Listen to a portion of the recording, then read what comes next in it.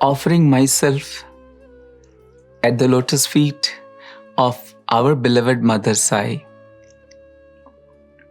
Loving Sai Ram to all the members of Sai family. I'm grateful to Swami for giving me this opportunity to revive, to relive and rejoice those golden moments of love that he has blessed me with. Swami says, "My life is my message." Indeed, every moment that we live with him leaves us with a message. A message not for that individual alone, but for entire humanity. A message not valid only for that moment, but for eternity. I would like to recollect some such moments of love from the memory lanes of my heart and share with you. When we live with Swami, our lives become better. We will be able to move towards God. There was one little boy who was always told by his elders, "Become a good boy, behave properly, study well." Of course, these were not sounding good to him. One evening during bhajan sessions, he was in bhajan hall. The Lord of the universe was seated on the throne. This little one was singing away to the glory. He was singing out his heart to the Lord. And from nowhere, his little mind had brought some memories of people telling him, "Be a good boy, become better." Then started a conversation between the Lord and this little devotee. He started telling Swami, in his heart, "Swami, everyone tells me that I should become good. But, Swami, if you want me to become better, if you want me to improve, I will give my best, Swami. I will definitely become a good boy. But Swami, conditions apply." We humans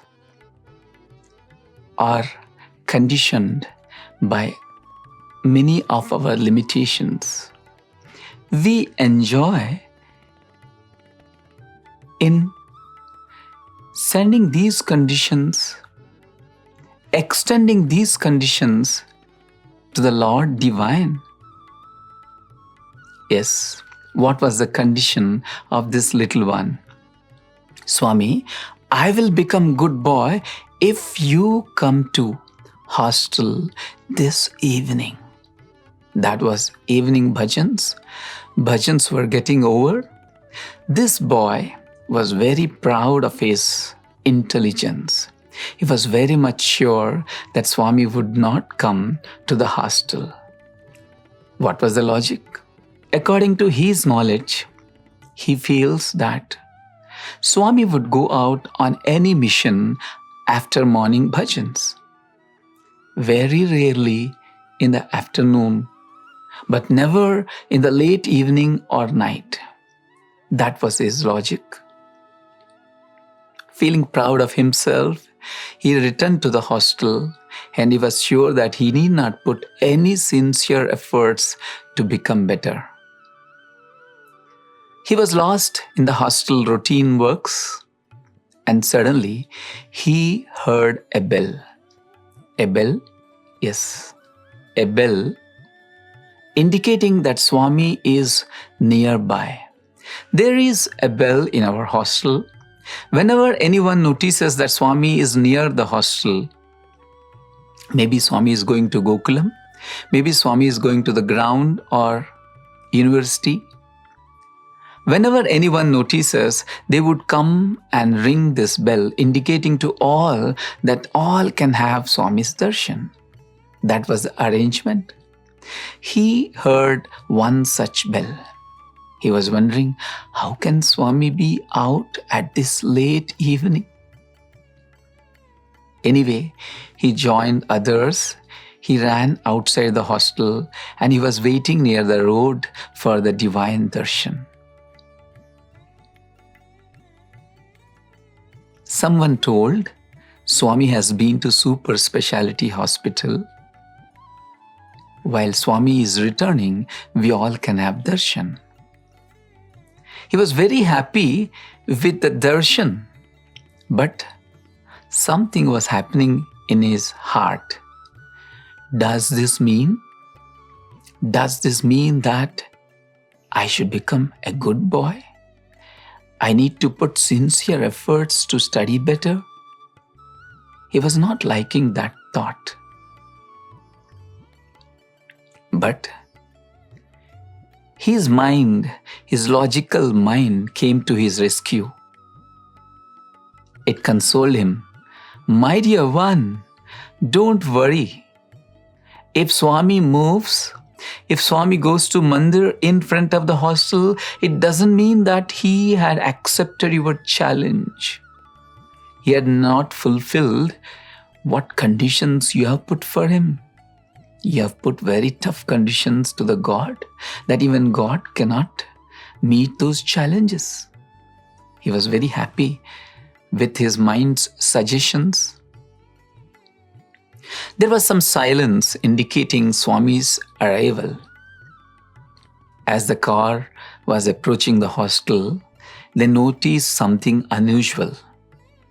The fortunate driver of Swami's car was signaling that the car would be turning into the hostel rather than going straight to mandir.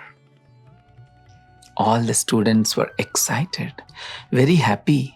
They started running into the hostel to receive their beloved Lord. This boy too. Slowly, Swami's car came into the hostel compound, and let us see the divine drama. Swami started telling to the students, boys, I have been to super specialty hospital to see the arrangements of a cardiac conference. Long back, I have given some photographs to the hostel. I want to see those photographs. If they are good enough, we can use them in the conference. Immediately, one of the teachers rushed back with the photographs. Swami had seen the photograph and told, oh, these are quite old. We cannot use them. You can keep them back. What a wonderful reason the God is giving for his actions. So saying, Swami started going back towards mandir. He was blessing all the students, and he did not miss this little one. He looked at him, he looked deep into his heart and blessed him very lovingly. And his heart melted away into tears of transformation. Take one step towards me, I shall take 10. He did not take even the first step. He just thought of taking his first step. And the Lord had rushed immediately, taking all the troubles to come to the hostel in that late evening. That is the love of 1,000 mothers. For isn't he the same Lord who left the Vaikunta and rushed to rescue the king of all elephants. Our Lord's love, ocean of compassion, our Lord's love knows no limits. Let me narrate another incident. This time, it was Ganesha Chaturti time. All the students had worshipped Ganesha in their hostel. After a few days, they brought the Ganesha idols to Mandir. They were so fortunate that they could do circumambulation around Mandir. Not only around the Mandir, the God in the Mandir. They did pradakshina to Mandir and Swami. After receiving Swami's blessings, they were going back to hostel. Our sweet Lord has given them, had sent some sweets to all the students to the hostel. After returning to the hostel, the Ganesha idols were handed over to senior students so that they can immerse them in the nearby pond. All the students were distributed the prasadam that Bhagavan had sent. I still remember it was Rava Ladu. After that, all the students have rushed back to Mandir. They had a hope that Swami might talk about the procession. Maybe Swami will like those decorations.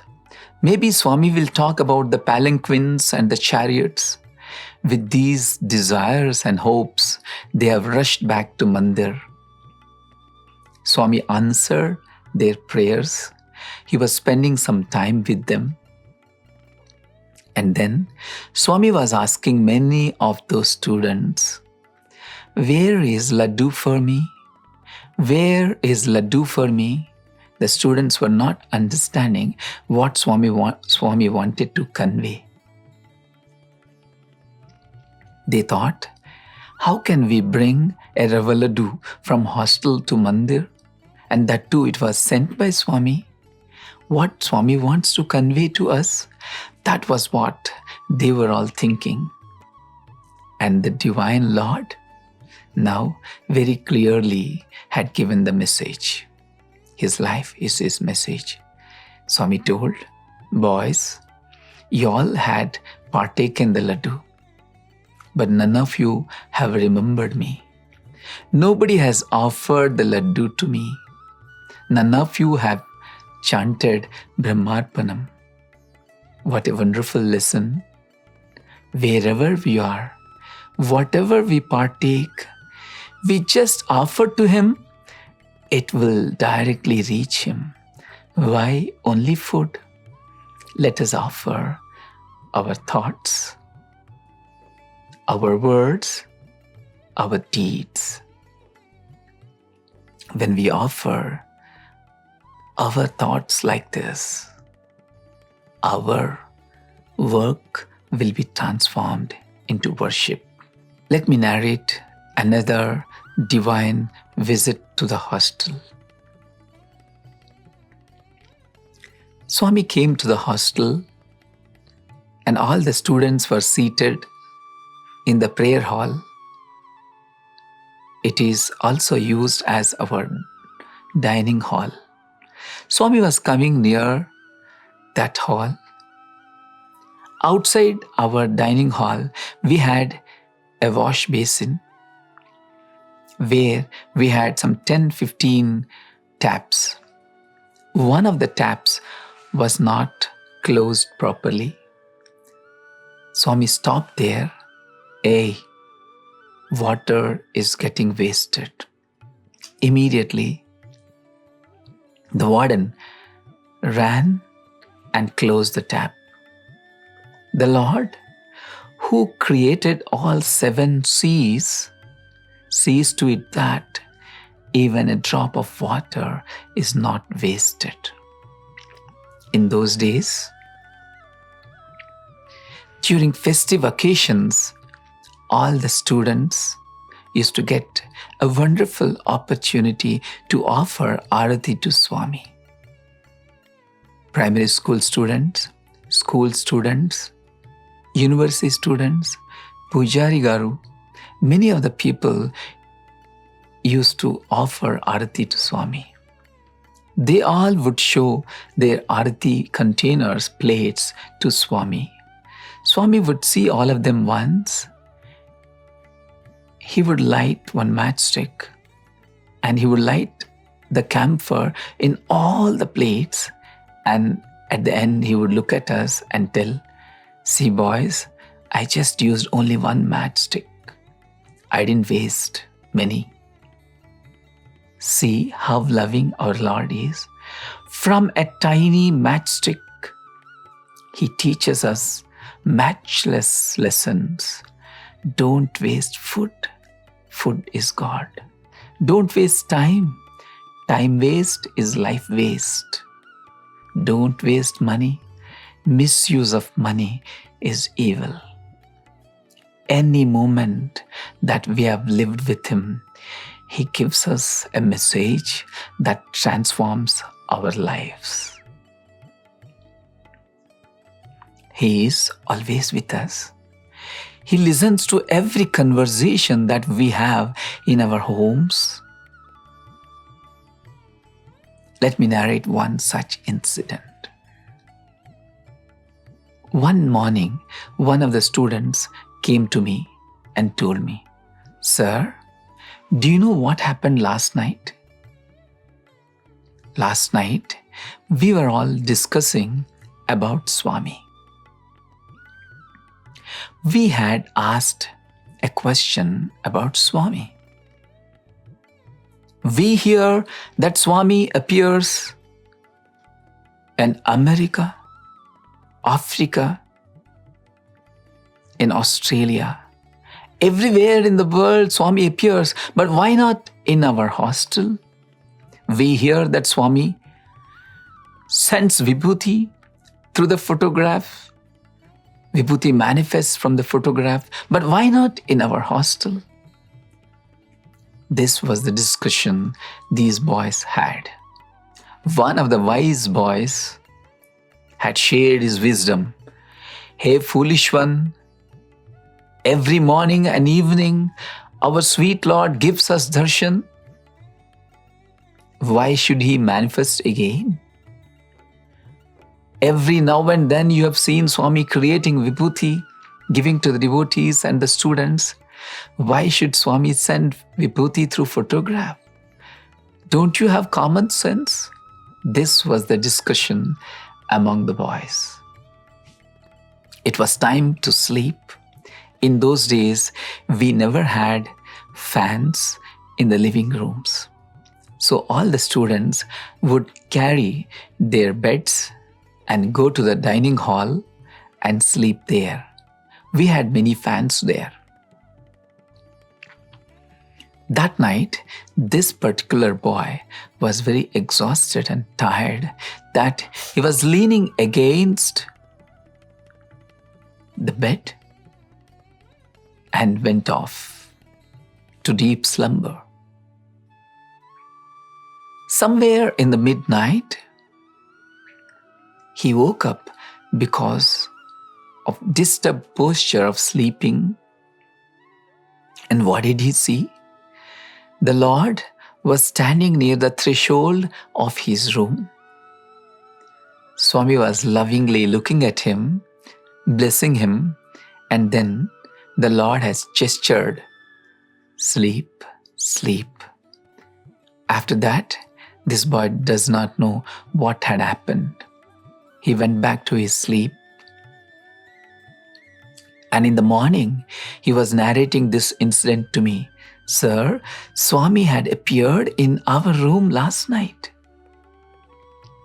But this time, I was playing the role of doubting Thomas. I told that little one, 'Boy, you're very fortunate that Swami has blessed you with his darshan. You better follow what Swami says. You better behave good. a typical teacher's discourse. I told him towards the end, "Dear one, please do not share this experience to anyone." You know the reason? I told, people may not believe. They may feel that you are making up stories. Reflection of my inner being. Days rolled by. It was winter vacation. In those days, many of the students would stay back during vacation, praying, hoping for intimate interaction with divinity. They pine for divine proximity. This boy also did not go for vacation. He stayed back. One morning, during that vacation, Swami had called all the students and staff into the bhajan hall. The windows, the doors of the bhajan mandir were closed. Swami had declared, "When I am with children, I am a child." True to that declaration, Swami was giving them so much of joy, bliss, and happiness. Lot of fun to be with God. Swami would pick up a Telugu boy and start talking to him in Tamil. A Tamil boy in Kannada, a Kannada boy in Malayalam, a Malayalam boy in Hindi.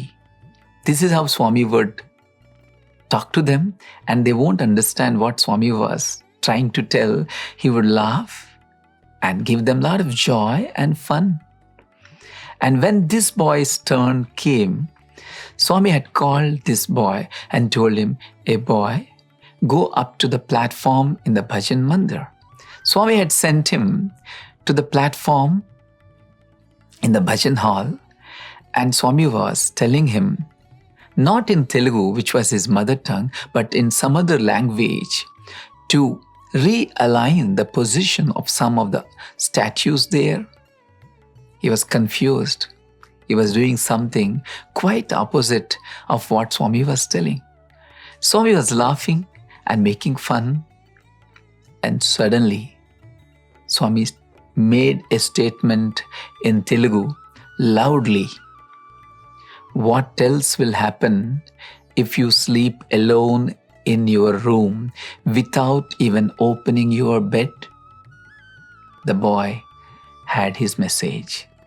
I too. After that session, that boy came to me and told me, "Sir, that night Swami had really appeared. Today Swami had given me a hint about that." I told, "Not only you, my dear one, even to me Swami had given." He had told only that sentence so loudly that I also could hear from the rear end of bhajan hall. That is his love. He not only hears every conversation that we have at our homes, he also proves that he is with us, listening to us, responding to our prayers and talks. Why? Why does he need any conversation that we speak to each other?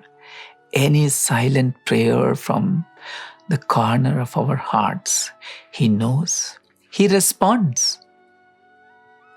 Let me tell you about a secret desire of my heart.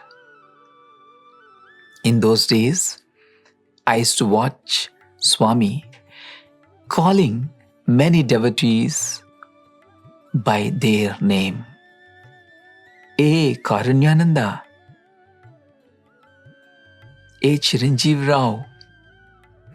When Swami was calling them by their name, I used to feel very happy. The Lord of the universe who descends here in human form, and he knows them physically. From his lips, their name comes out. How fortunate they are. I used to admire them. Slowly, this admiration became a secret desire of my heart. Swami, how fortunate I would be if you know my name too. Swami, if you call me by my name, how happy I would be, Swami. Please, Swami. You know everything, Swami, but can you show me that you know my name? That was my desire. I had not shared with anyone. It was my birthday. I was holding a tray with toffees,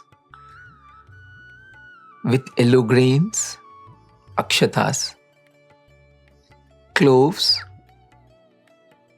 and as I was sitting in the first line for Swami's blessings, I had a long list of desires to be fulfilled by Swami. I wanted Swami to come and bless me on my birthday. I wanted Swami to put yellow grains on my head. I wanted Swami to tell me, Chesko. I wanted Swami to give me Pada Namaskar. I wanted Swami to sign on my photograph. No, I was very greedy. I wanted Swami to sign 2-3 photographs of mine. I wanted Swami to pick up a lavang, a clove, from my tray and put in his mouth. I wanted Swami to bring vibhuti packets and give me. They are not enough. I wanted Swami to create vibhuti and put in my hands. And then with the leftover vibhuti in his hands, I wanted Swami to put vibhuti on my forehead with his thumb.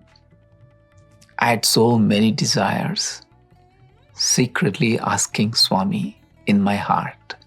Yes, the Lord came.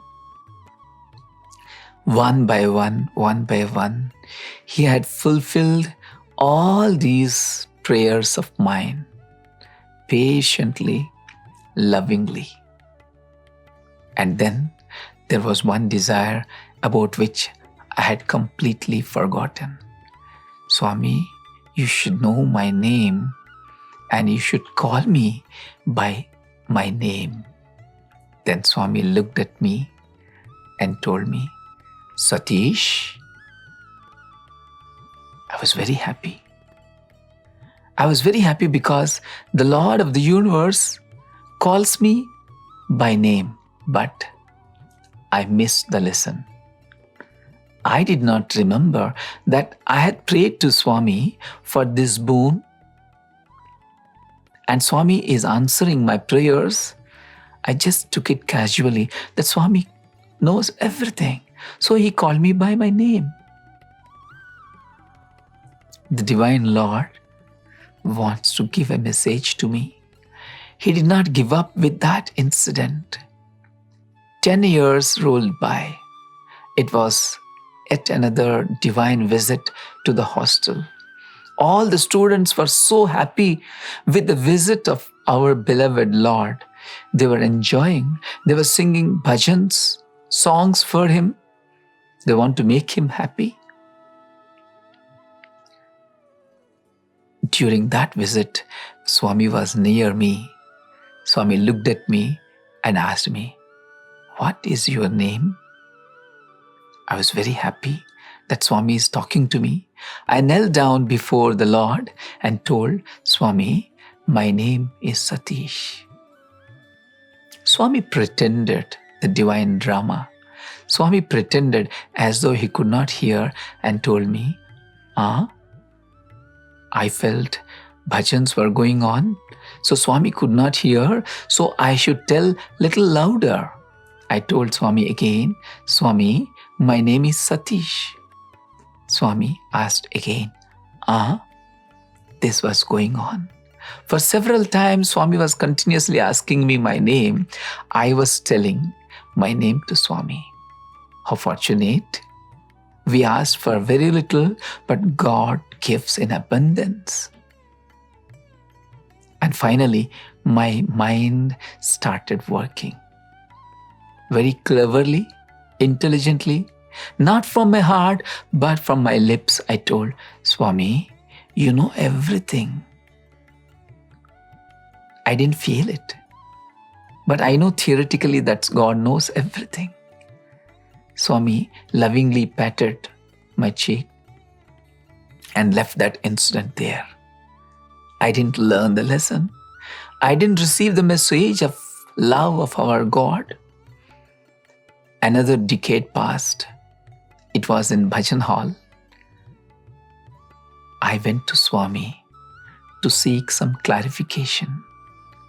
I sought his blessings for some work.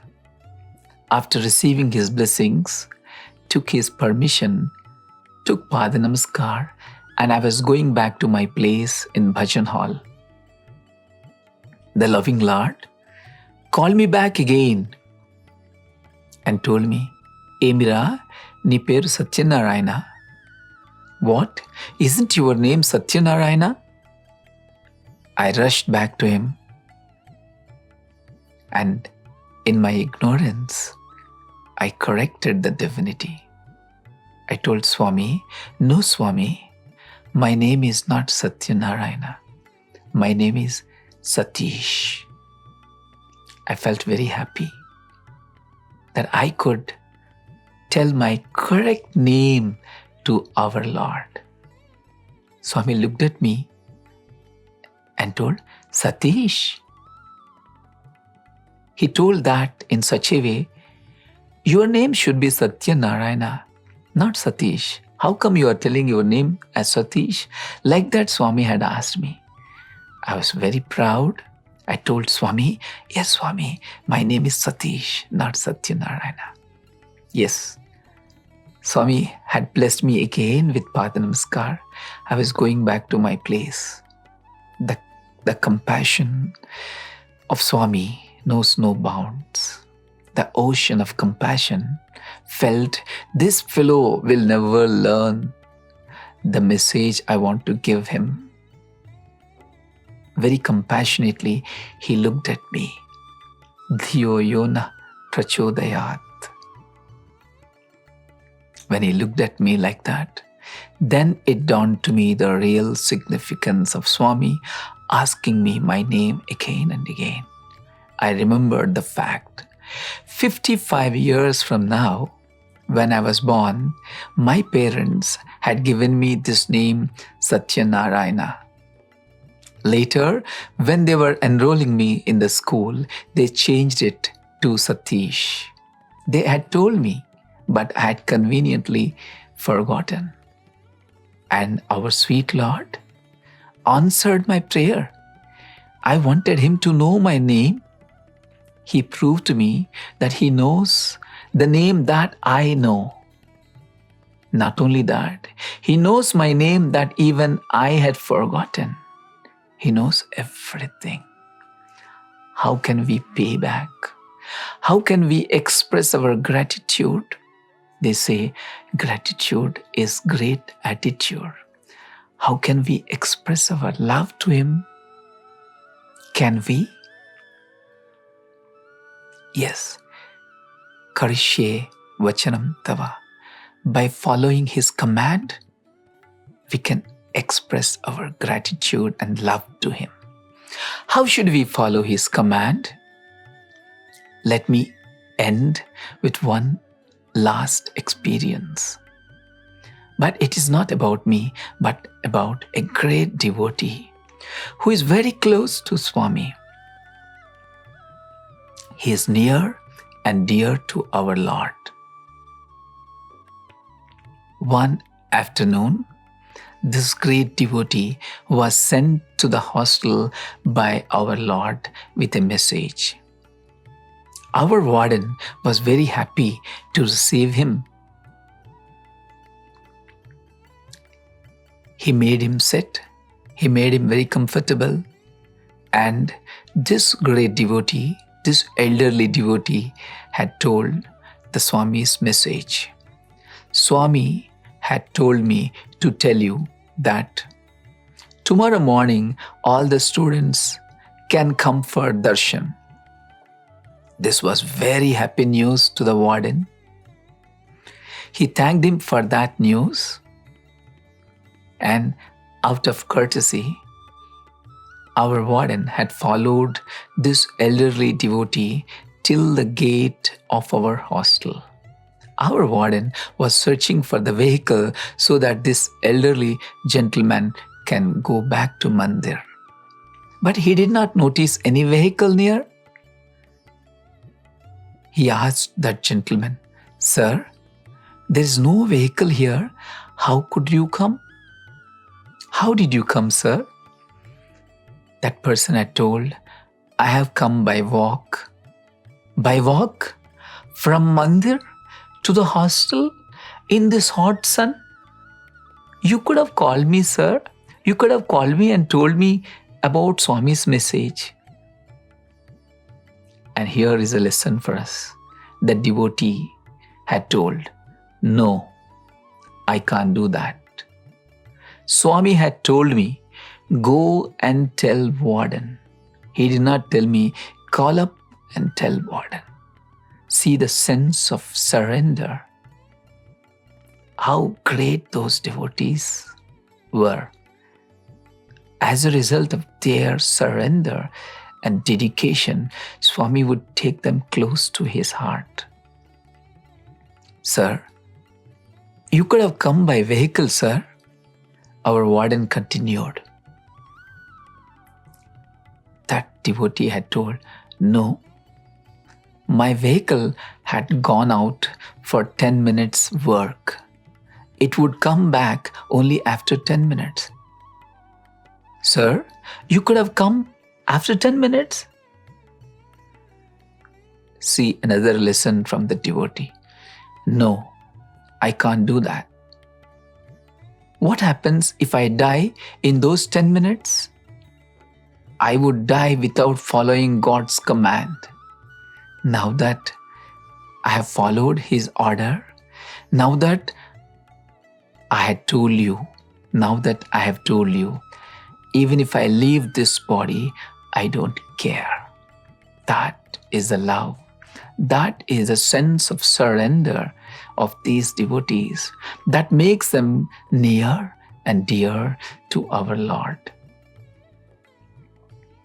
Can we also make our lives near and dear to our Lord? Can we love Him? Can we live for Him? I end with this prayer. Let our lives be offered to our sweet Lord, and let our lives be sanctified. May Swami bless us all. Sai Ram.